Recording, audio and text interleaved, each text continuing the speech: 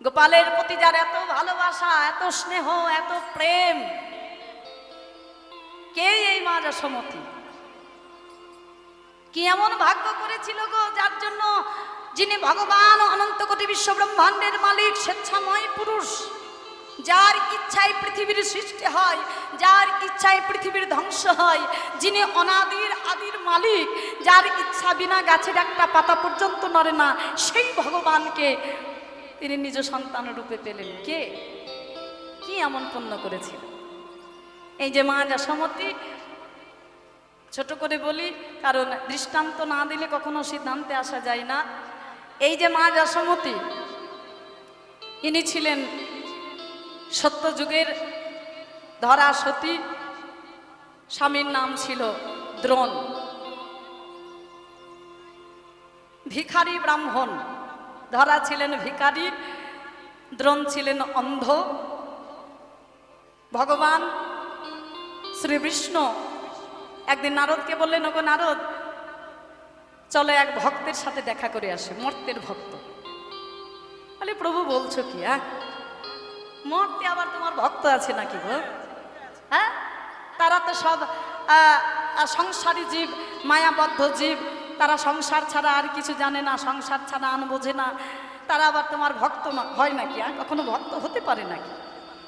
তাহলে চলোই না নারদ, দেখি আসি, যদি কোনো ভক্তের সন্ধান পাই। হ্যাঁ, তাহলে কি করে যাবে প্রভু? এই বেশে যাবে? বলে, না না না, এ বেশে যাওয়া যাবে না। কি করলেন? দুইজন ব্রাহ্মণ ভিখারির বেশ ধারণ করলেন। আর এই ব্রাহ্মণ ভিখারির বেশ ধারণ করে এলেন কোথায়? দ্রোণের বাড়িতে। যেই দ্রোণের দরজার সম্মুখে এসে হাজির হলেন, ডাক দিলেন দুইজন ব্রাহ্মণী ভিখারি, দ্রোণ, ও দ্রোণ, বাড়িতে আছো? তাড়াতাড়ি দরজা খোলো। যেই ডাক দিলেন, অন্ধ দ্রোণ ধরাকে বলে, ওগো ধরা, আজ আমাদের বড় সৌভাগ্য গো, মনে হয় দরজায় কোনো অতিথি এসেছে, তাড়াতাড়ি যাও, তাড়াতাড়ি দরজাটা খোলো, তাড়াতাড়ি যাও। ধরা তাড়াতাড়ি করে দরজাটা খুলে দেখলেন দুইজন ব্রাহ্মণ ভিখারি দাঁড়িয়ে রয়েছে। আসুন প্রভু, ভেতরে আসুন। নিয়ে গেলেন ভেতরে, নিজ করে পদধৌত করে দিলেন, আসন পেতে বসতে দিলেন। কৃপা করে আসন গ্রহণ করুন প্রভু। আসন গ্রহণ করে যদি কৃপা করে বলতেন যে আপনারা কি কারণে এসেছেন, কেন এসেছেন আমার বাড়িতে, তাহলে মনে বড় শান্তি পেতাম। বলে, ওগো কেন এসেছি জানো? কালকে একাদশী ছিল, একাদশী ব্রত করেছিলাম, আজকে দ্বাদশী তোমার বাড়িতে এলাম, যদি কিছু সেবার ব্যবস্থা করতে পারো, সেবা জোগাড় করতে পারো, তাহলে মনে বড় শান্তি পাই। দ্রোণ বলে, ওগো ধরা, আজ আমাদের কত বড় সৌভাগ্য গো, ঘরে অতিথি এসেছি, তাও আবার আমার ঘরে সেবা করবে। তুমি তাড়াতাড়ি যাও, রন্ধনশালায় গিয়ে তুমি রন্ধন করো, আজ আমরা পরমানন্দে ঘরে অতিথি সেবা দেব। ছুটতে ছুটতে চললেন রন্ধনশালায় ধরা। আর রন্ধনশালায় গিয়ে প্রত্যেকটা মাটির হাঁড়িতে হাত দিচ্ছেন, কিন্তু একটা হাঁড়িতে এক দানা অন্ন পর্যন্ত নাই। ধরা দুটি নয়ন জলে ভাসছে। প্রভু, তুমি আমায় ভিখারি করেছো, তাতে কোনো আমার দুঃখ নাই। তুমি ভিখারি করেছো, তাতে কোনো দুঃখ নাই, কিন্তু ভিখারি করেছো বলে, গরিব করেছো বলে এত গরিব করবে? আমার ঘরে যে অতিথি এসেছে, সেই অতিথি সেবাটুকু আমি দিতে পারবো না। তুমি এত গরিব করে পাঠিয়েছো আমায়, দয়াময়। ধরা কাঁদছে, নদীর থেকে ডাক দিচ্ছেন, দ্রোণ, ধরা, কিছু পেয়েছো, কিছু পেলে?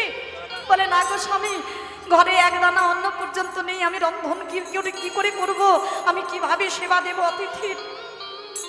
ধরা, তুমি কেঁদো না, তুমি এক কাজ করো, তুমি আমাকে ভিক্ষার থলিটা দাও, আমি ভিক্ষার থলিটা নিয়ে নগরের দ্বারে দ্বারে গিয়ে দেখে আসি যদি কিছু পাই।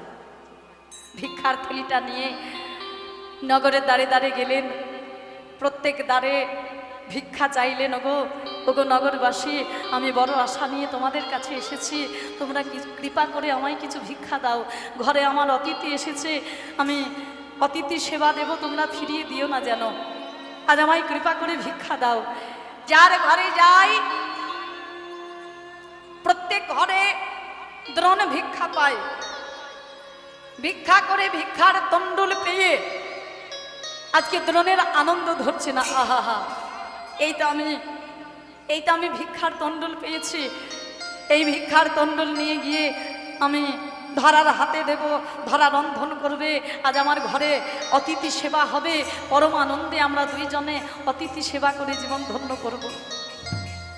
অন্ধ দ্রোণ রাস্তায় চলে আসছে পরমানন্দে, আর ওদিকে ভগবান নারদ মুনিকে বলে, নারদ তুমি এক কাজ করো, দ্রোণ যে ভিক্ষার তন্ডুল নিয়ে আসছে আমাদের সেবা করবে বলে, সেই তন্ডুল তুমি হরণ করো। প্রভু, এ তোমার কেমন লীলা দয়াময়। অন্ধ দ্রোণ আমাদের সেবা করবে বলে দাঁড়ে দাঁড়ে ভিক্ষা করে নিয়ে আসছে, আর সেই ভিক্ষার তন্ডুল তুমি আমায় হরণ করতে বলছো। দয়াময়, তুমি আমায় ক্ষমা করো, আমি পারবো না, আমি এত বড় অপরাধ করতে পারবো না। দয়াময়, তুমি আজকের মতো আমায় ক্ষমা করে দাও। নারদ, তুমি না বলেছিলে যে মর্তে নাকি আমার কোনো ভক্ত নেই, কেউ নাকি আমায় ভালোবাসে না? তুমি একটু দেখো, তুমি দেখো মর্তে আমার ভক্ত আছে কিনা, ভক্ত আমায় কিভাবে সেবা দেয়, কিভাবে আমার সেবা করে, কিভাবে আমায় ভালোবাসে। তুমি শুধু দেখো, আমি যেটা বললাম তুমি সেটা করো। যাও যাও, তুমি তন্ডুল হরণ করে নিয়ে এসো। প্রভুর কথা মতো নারদ মুনি এমনভাবে তন্ডুল হরণ করলেন, দ্রোণ, অন্ধ দ্রোণ গুণাক্ষরেও জানতে পারল না। পরমানন্দে যেই বাড়ির সম্মুখে এলেন, ধরা দরজার সম্মুখে দাঁড়িয়ে আছে, স্বামীকে দর্শন করে বলে, ওগো ওগো তুমি এসেছো, ওই দাও দাও দাও দাও, তুমি কি পেয়েছো, ভিক্ষায় কি পেয়েছো, আমায় দাও, তাড়াতাড়ি দাও, আমায় তাড়াতাড়ি দাও, ঘরে অতিথি অপেক্ষা করছে, আমি সেবা করবো, তাড়াতাড়ি আমায় হাতে দাও। যেই তাড়াতাড়ি করে ভিক্ষার থলিটা নামিয়ে যেই ধরার হাতে দিতে যাবে, দেখলেন ভিক্ষার থলিতে এক দানা অন্ন পর্যন্ত নেই। এ কি ধরা, এ কি হলো গো? আমি যে নগরের দ্বারে দ্বারে গেলাম, আমি যে ভিক্ষা চাইলাম, আমি যে দ্বারে গেলাম, যে যা পারলো আমায় তাই ভিক্ষা দিল, আমি যে ভিক্ষা করে তাড়াতাড়ি করে আসলাম অতিথি সেবা দেব বলে, কিন্তু ভিক্ষার থলিতে এক দানা অন্ন পর্যন্ত নেই। আচ্ছা ধরা, তুমি ভিক্ষার থলিটা দেখো দেখি, আমার মনে হয় ভিক্ষার থলিটা ছিদ্র হয়ে গেছে। বলে, হ্যাঁ গো স্বামী, ভিক্ষার থলিটা ছিদ্র হয়ে গেছে, তাই তুমি বুঝতে পারোনি। তাহলে এখন কি হবে? ধরা বলে, স্বামী তুমি চিন্তা করো না, তুমি গিয়ে একটু অতিথিদের কাছে বসো, একটু কথাবার্তা বলো, আমি গিয়ে দেখে আসি কিছু পাই কি। ভিক্ষার থলিটা নিয়ে ধরা ছুটতে ছুটতে চললেন নগরের দ্বারে দ্বারে। ওগো নগরবাসী, আজ আমি বড় আশা নিয়ে এসেছি গো তোমাদের কাছে, আমায় কৃপা করে ভিক্ষা দাও। ঘরে এসেছি আমার অতিথি, আমি অতিথি সেবা করব।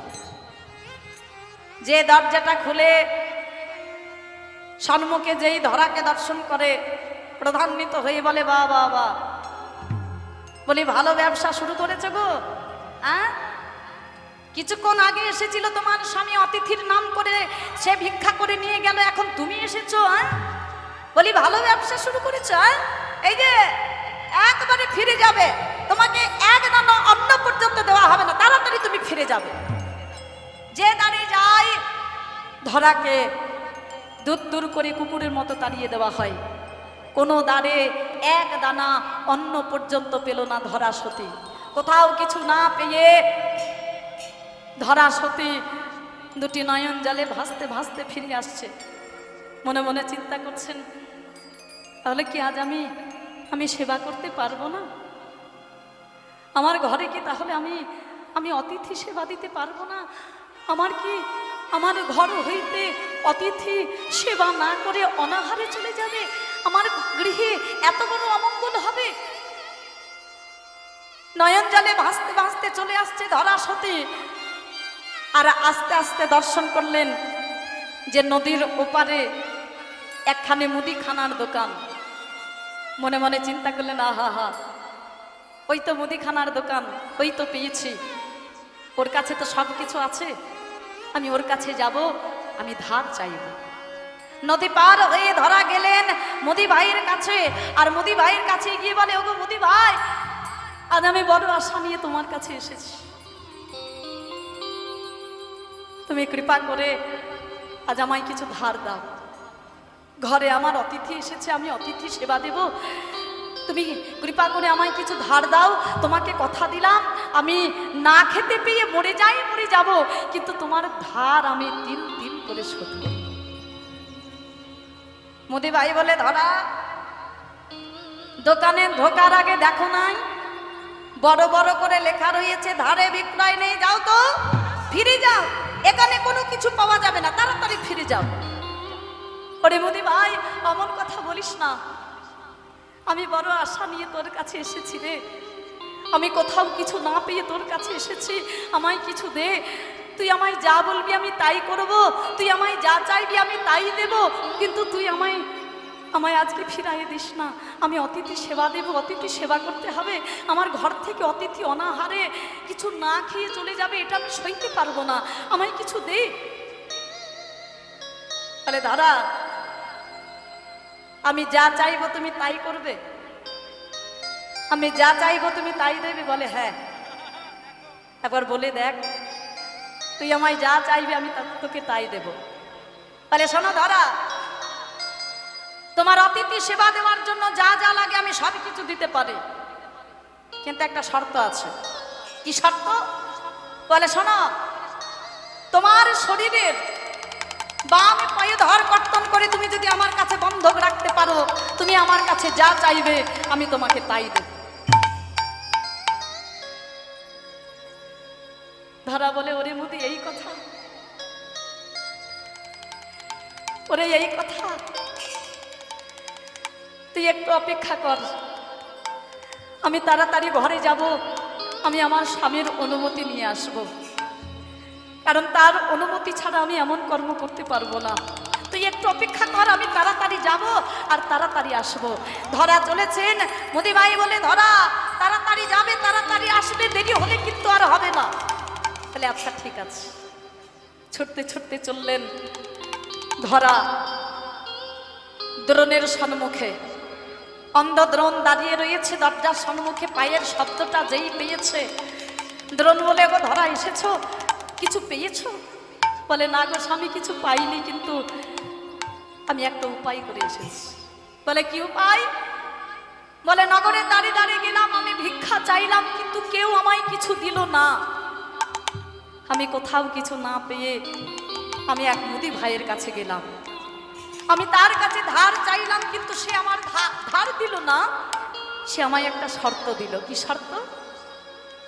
সে আমায় বলল, যদি আমার শরীরের বাম পায়ে ধর কর্তন করে আমি তার কাছে বন্ধক রাখতে পারি,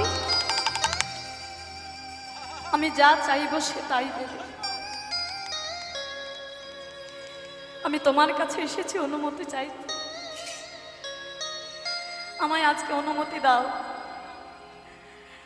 আমি মুদির কথা মতো আমি সে যা বলবে তাই করব, তুমি অনুমতি দাও, নইলে আমি ঘরে আজকে অতিথি সেবা দিতে পারবো না। দ্রোণ কাঁদছে, দুটি নয়ন জলে ভাসছে। ধরা বলে, ওগো স্বামী, তুমি কেঁদো না, তুমি কেঁদো না, তুমি আমাকে অনুমতি দাও, আমার কোনো কষ্ট হবে না, আমার কোনো কষ্ট হবে না। দ্রোণ বলে, ওগো ধরা, আমি সেজন্য কাঁদছি না। আমি কেন কাঁদছি জানো ধরা? ওগো ধরা, তুমি নারী, তুমি ধন্য। আমি পুরুষ না হয়ে আমি নারী কেন হতে পারলাম না? আজকে যদি আমি পুরুষ না হই, আমি যদি নারী হতে পারতাম, আজকে যেমন তোমার শরীরের একটা অঙ্গ কৃষ্ণ সেবায় লাগলো, আমি পুরুষ না হয়ে যদি আমি নারী হতে পারতাম, আমার শরীরের একটা অঙ্গ আজকে আমি কৃষ্ণ সেবায় লাগাতে পারতাম। যাও তারা, আমি তোমায় অনুমতি দিলাম, তুমি তাড়াতাড়ি গিয়ে তুমি অতিথি সেবার ব্যবস্থা করে এসো। ছুটতে ছুটতে চললেন ধরা মুদি ভাইয়ের কাছে, আর মুদি ভাইয়ের কাছে গিয়ে বললেন, ওরে মুদি ভাই, ওরে মুদি ভাই, এই দেখ আমি চলে এসেছি, দে আমার হাতে একটা পাত্র দে আর একটা ধারালো ছুরি দে, তুই যা বলেছিস আমি তাই করব। অবাক হয়ে দেখছেন মুদি ভাই, হরিবল মনে মনে চিন্তা করছে, না হা হা, অতিথি সেবা দেওয়ার জন্য কেউ নিজের শরীর কর্তন করতে পারে? জগতে আমি অনেক ভক্ত দেখেছি গো, কিন্তু ওগো ধরা, আমি তোমার মতো এত বড় ভক্ত জগতে আমি দেখি না। হরিবল হাতে দিলেন একখানা ধারালো ছুরি আর একটা পাত্র। ধরা তার নিজের বাম পয়োধর কর্তন করে পাত্রের মধ্যে রেখে পাত্রটা নিয়ে গিয়ে মুদি ভাইয়ের হাতে দিয়ে বলে, ওরে মুদি ভাই, এই নে, এই নে, তুই আমায় যা বললি আমি তাই করেছি, এই নে, এটা নে, আর আমি যেটা চেয়েছি অতিথি সেবার বস্তু তুই আমায় তাড়াতাড়ি দে। যেই হাতে দিলেন, যেই ধরা হাতে দিলেন পয়োধর কর্তন করে, হাতে নিয়ে মুদি ভাই বললেন, যাও ধরা, আমি তোমাকে এক দানা অন্ন পর্যন্ত দেব না, তুমি ফিরে যাও। পরে মুদি, তুই এমন কথা বলিস না, তুই আমায় যা বলেছিস আমি তাই করেছি রে, তুই এমন করে আমায় ফিরাই দিস না, তুই যা বললি আমি তাই করেছি, তুই কেন আমায় ফিরিয়ে দিচ্ছিস? ধরা, আমি তোমাকে যা বলেছি তুমি তা করোনি। বলে, কি করিনি? ধরা, আমি তোমায় বলেছিলাম তুমি যখন তোমার পয়োধর কর্তন করবে তোমার নয়নে যেন জল না আসে। ওই তো তোমার নয়নে জল, ওই তো তোমার নয়নে জল। যাও ধরা, আমি তোমায় এক দানা অন্ন পর্যন্ত দেব না, তুমি ফিরে যাও। ওরে মুদি, এই কথা? ওরে আমার দিকে ভালো করে চেয়ে দেখ, আমি ডান পয়োধর কর্তন, আহা, আমি বাম পয়োধর কর্তন করেছি, আমার বাম নয়নে জল নাই, আমার ডান নয়নে জল। কেন জানিস? আমার ডান পয়োধর কাঁদছে রে, আর কেঁদে কেঁদে বলছে, হে গোবিন্দ, আমরা এক শরীরে বসত করে ও কৃষ্ণ সেবা পেল, কিন্তু দয়াময়, আমি কোন অপরাধের জন্য, আমি কেন কৃষ্ণ সেবা,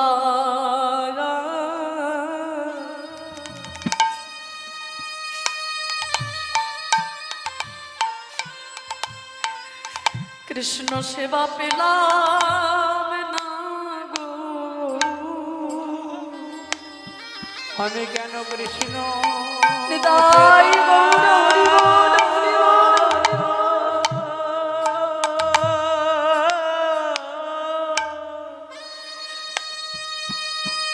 পেলাম না গো,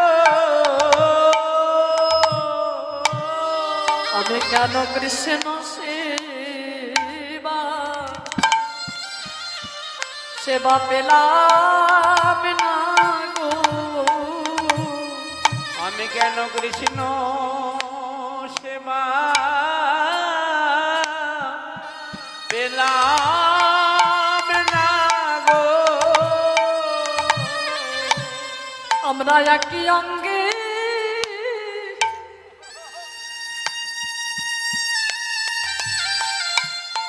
আমরা একই অঙ্গে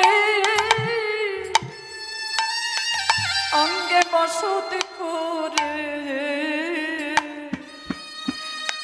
আমি কেন কৃষ্ণ সেবা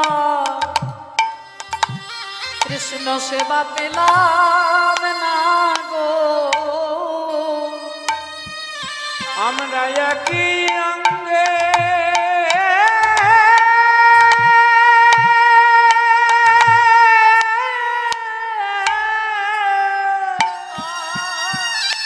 বসত করে কৃষ্ণ সেবা পেলাম না গো। আমরা একই অঙ্গে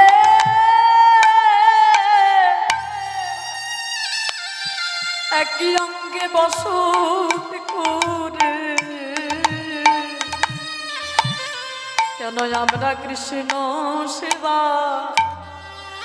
আমি কেন পেলাম না গো। আমরা একই অঙ্গে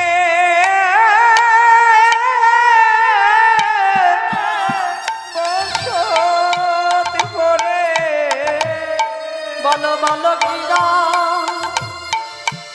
কিয়া পরা অপরাধ করেছিলাম। আমরা একই অঙ্গে বসত করে বলো বলো কিয়া পুরা অপরাধ করেছিলাম। আমরা একই অঙ্গে বসত করে আমি কেন কৃষ্ণ সেবা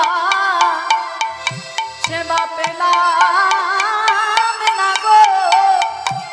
আমরা একই অঙ্গে বসত করে কেন আমি কৃষ্ণ কৃষ্ণ সেবা সেবা পেলাম না গো। আমরা একই অঙ্গে বসত করে কেন কৃষ্ণ সেবা পেলাম না গো। আমরা একই অঙ্গে বসত করে বলো বলো কিয়া অপরাধ করেছিলাম। আমরা একই অঙ্গে বসত করে বলো কিয়া অপরাধ করেছিলাম। আমরা একই অঙ্গে বসত করে অপরাধ করেছিলাম একই অঙ্গে বসত করে করেছিলাম একই অঙ্গে বসত করে কেন কৃষ্ণ সেবা কৃষ্ণ সেবা পেলা না গো। ধরা যে এই কথা বললেন মোদি ভাই বললেন ওগো ধরা এই কথা নাও তোমার অতিথি সেবা দেওয়ার জন্য যা যা লাগে তুমি সব কিছু নিয়ে যাও। নিয়ে গেলেন ঘরে রন্ধন করলেন, 3টি থালায় সুসজ্জিত করলেন, সাজাতে সাজাতে নারদ মুনির থালার মধ্যে কখন যে এক বিন্দু রুধির পড়ল ধরা গুণাক্ষরেও জানতে পারল না। 3 জনকে বসতে দিয়েছেন, 2 জন অতিথি 1 জন স্বামী, 3টি থালায় সাজিয়ে দিয়েছেন। নারদ মুনি যেই সেবা করতে যাবে দেখলেন তার অন্যের থালায় রুধির। এ কি? চমকে উঠলেন, এ কি? আমি একজন পরম বৈষ্ণব আর আমার অন্যের থালায় আমার সেবার থালায় রুধির। তুমি অসুচি হয়ে তুমি আমাদের সেবার জোগাড় করলে, সেবা করালে। না প্রভু, আমি অসুচি নই, আমি অসুচি নই। নারদ মুনির কথা শ্রবণ করে আমার প্রভু বললেন, নারদ তুমি একই বলছো? তুমি কি জানো না, তুমি কি জানো না নারদ, ধরা আমাদের কিভাবে সেবার জোগাড় করেছে, তার নিজের পায়ে ধর কর্তন করে সে আমাদের সেবার জোগাড় করেছে, তুমি কি না এইভাবে প্রধান্বিত হচ্ছে? 2 জনে কথোপকথন করছে। ধরা সতী বলে, প্রভু আমি যে বুঝতে পারছি না আপনারা কি বলছেন। ধরা, আমি হলাম নারায়ণ, ও হলো নারদ। তোমাদের পরীক্ষা নেওয়ার জন্য এসেছিলাম তোমাদের ঘরে, তোমরা পরীক্ষায় উত্তীর্ণ। ধরা, তোমার সেবায় আজ আমি সন্তুষ্ট হয়েছি। আমি তোমাকে কথা দিলাম যে পয়ধর কর্তন করে তুমি আমার সেবার জোগাড় করলে, আমার সেবা দিলে, আমি তোমায় কথা দিলাম আমি হয়তো তোমার গর্ভে জন্মগ্রহণ করতে পারবো না, কারণ যার গর্ভে জন্মগ্রহণ করব তাকে আমি কথা দেব ত্রেতা যুগে। তাহলে তোমার গর্ভে আমি জন্মগ্রহণ করব না ঠিক, কিন্তু আমি তোমার স্তন দুগ্ধ পান করে আমি তোমার স্তনের জ্বালা মেটাবো। আর তুমি কি চাও বল প্রভু? এ যুগে আমার ইচ্ছা থাকলেও, এ জন্মে আমার ইচ্ছা থাকলেও আমি মন প্রাণ দিয়ে আমি তোমার সেবা করতে পারি না, আমি কারোর সেবা দিতে পারি না। তুমি আমায় এমন ঘরে জন্ম দেবে আমি যেন মন প্রাণ একত্রিত করে আমি যেন প্রাণ ভরে অতিথি সেবা করতে পারি। ভগবান বলে তথাস্তু। তুমি বৃন্দাবনে যাবে রানী হয়ে, তোমার যখন যাকে ইচ্ছে, যে সেবা করাতে ইচ্ছে হবে, যে অতিথি তোমার সেবা দিতে ইচ্ছে হবে, তুমি সেইভাবে তুমি সেবা দেবে। কোনো দিন তোমার সেবা করতে অসুবিধা হবে না, কারণ তুমি হবে রানী, বৃন্দাবনের রানী। হরি বল। আর ওই যে যিনি মুদি হয়েছিলেন, মুদিখানার দোকান পেতে বসেছিলেন ভগবানের ইচ্ছায়, সাই ইচ্ছায়, তিনি আর কেউ নয়, তিনি হলেন আমার ভোলানাথ মহেশ্বর। হ্যাঁ, ভোলানাথ বলে, ওগো ধরা, যে পয়ধর কর্তন করি তুমি প্রভুর সেবা দিয়ে প্রভুকে এত আনন্দ দিবে, আমার প্রভু এত আনন্দ পেল, আমি তোমাকে কথা দিলাম তোমার ওই পয়ধর ছাড়া আমার পুজো হবে না। শ্রীফল, বেল, বেল ছাড়া ভোলানাথের পুজো হয় না, বলে তোমার ওই পয়ধর ছাড়া কোনোদিন আমার পুজো হবে না। তুমি আমার প্রভুর এত সুন্দরভাবে এত মন প্রাণ একত্রিত করে তোমার পয়ধর কর্তন করে প্রভুর সেবা দিয়েছ, প্রভুর সেবা দেওয়ায় আমি সন্তুষ্ট হয়েছি, তোমাকে আমি এই কথা দিলাম। হরি বল। সেই ধরা সতী আজকে এই দাপর যুগে, সেই সত্য যুগের ধরা সতী এই দাপর যুগে অবতীর্ণ হয়েছেন কৃষ্ণ অবতারে, মা যশোমতী রূপে। আমার ভগবান শ্রীকৃষ্ণ আমার মায়ের গর্ভে, যশোমতীর গর্ভে জন্মগ্রহণ করেননি ঠিক, কারণ জন্মগ্রহণ করেছিলেন তিনি দৈবকী উদরে। সেই ত্রেতা যুগের কই মা তিনি অবতীর্ণ হয়েছিলেন এই দাপর যুগে ওই যে দৈবকী রূপে। সেই দৈবকীর গর্ভে তিনি জন্মগ্রহণ করেছিলেন, কিন্তু দৈবকীর স্তনদুগ্ধ পান করেননি, তিনি স্তনদুগ্ধ পান করেছিলেন আমার মা যশোমতীর। সেই মা আজকে শ্রীরামকে বললেন, ওরে শ্রীরাম, আমি আমার গোপালকে আজকে পাঠাতে পারবো না, পাঠাবো না, কারণ গোপালকে নিয়ে আমি একটা কুস্বপ্ন দেখেছি। এত বড় কুস্বপ্ন দেখে কোনো মা পারবে না তার সন্তানকে নিজের কাজ ছাড়া করতে, আমিও পারবো না।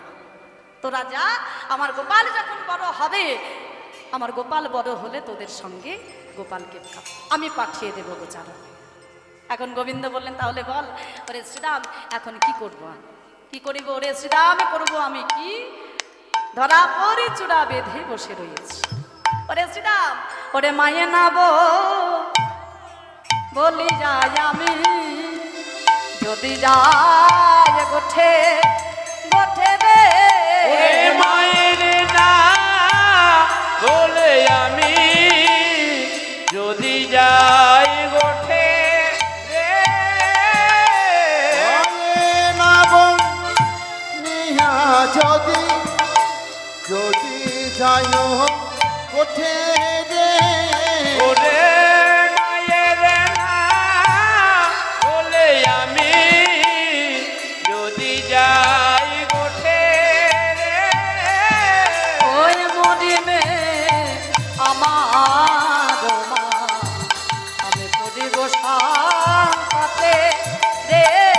ওরে মরিবে আমার মায়ামে, করিব সংকটে রে। শ্রীরাম, আমি যদি মাকে না বলে চলে যাই তোদের সঙ্গে গোচারণে, আমার মা আমায় না পেয়ে আমার মা পাগল হয়ে যাবে, মরে যাবে। তোরা কি চাস আমি মায়ের এমন দুর্দশা করি? তোরা কি চাস আমি না না বলে, মাকে না বলে চলে যাই? হ্যাঁ, একদিন নবনী খাইয়া আমি ছিলাম লুকাইয়া, আমি ছিলাম লুকাইয়া, মরিতেছিল মা আমায় না দেখিয়া, মরিতেছিল মা আমায় না দেখিয়া। শোন, ওই যে তোকে বললাম না যে একদিন আমি নবনী চুরি করে খেয়েছিলাম, মা আমায় মারবে বলে আমার পিছনে পিছনে ছুটেছিল, আমি লুকিয়ে গেছিলাম। হ্যাঁ, তো সেই মা আমায় না পেয়ে আমার মা মরতে বসেছিল। তো সেই দিন আমি কথা দিয়েছিলাম যে তোমায় না বলে কোনোদিন আমি কোথাও যাব না। তাহলে না বলে কি করে যাই? তো যাই এই কথা বলেছেন আমার প্রাণ গোবিন্দ শ্রীরাম বলছে, কানাই কানাই, আরে বলি মায়ের বড়াই বড্ড করছিস, অত বড়াই করিস না। তোর মা যে তোকে কত ভালোবাসে সে তো আমাদের অজানা কিছু নাই। হ্যাঁ, ওরে জানি রে তো মায়ের রূপে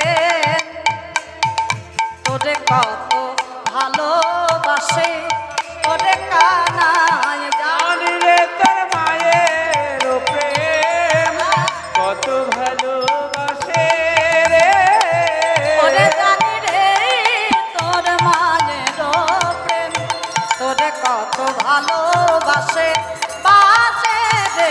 জানি রে তোর মায়ের প্রেম কত ভালোবাসে রে, ওই স্বল্প নবনীর তরে তোরে বেঁধেছিল কাছে রে, স্বল্প নবনীর তরে বেঁধেছিল গাছে ওরে গাছে বাঁধা মা কারবাই আছে, গাছে বাঁধা মা কারবাই আছে, বল বল গাছে বাঁধা মা কারবা আছে, বল বল কে গাছে বাঁধা মা কারবাই আছে, ওরে মা তো সকলে আছে, তোর মতো গাছে বাঁধা মা কারবা আছে, ওরে মা তো বলে রাখে, বল বল গাছে বাঁধা মা কারবাই আছে, ওরে মা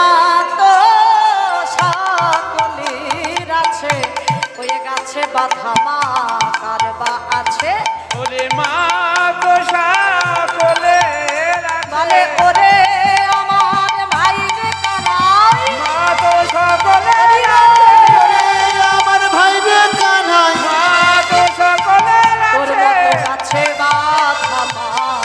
কারবাই আছে।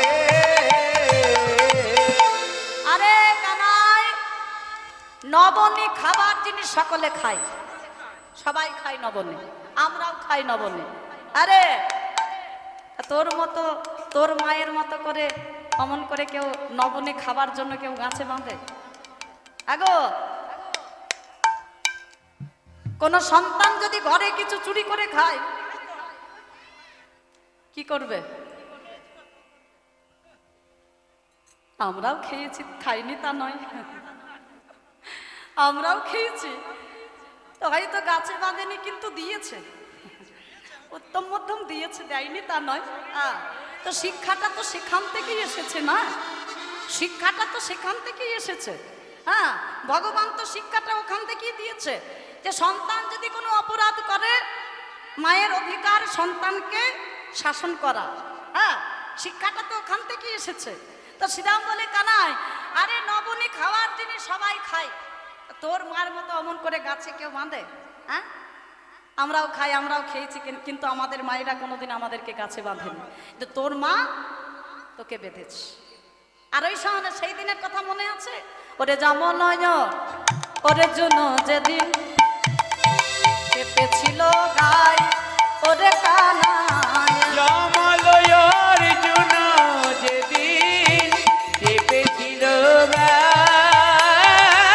ওরে জামল ওরে জুনো যেদিন কেঁপেছিল গায় রে,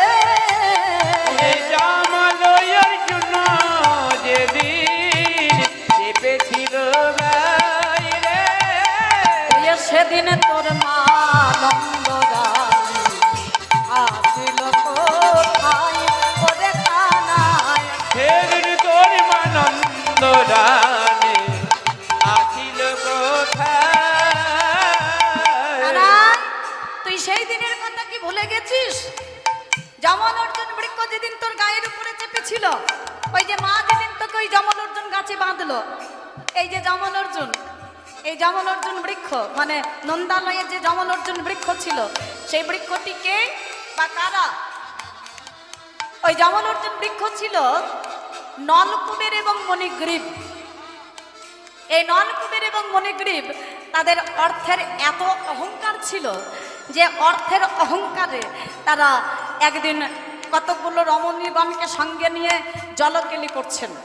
হ্যাঁ, এই জলকেলি করছিলেন, আর ঠিক এমন সময় নারদ মুনি তার ঢেকি বাহনেতে উঠতে উঠতে চলে যাচ্ছেন। নারদ মুনিকে দর্শন করে যত রমণীগণ তারা বসন পরিধান করলেও এই যমল নলকুবের এবং মণিগ্রীব তারা কিন্তু অর্থের অহংকারে তারা বসন পরিধান করেন নাই। তারা দাঁড়িয়েছিলেন একটা বৃক্ষের ন্যায় উলঙ্গ হয়ে।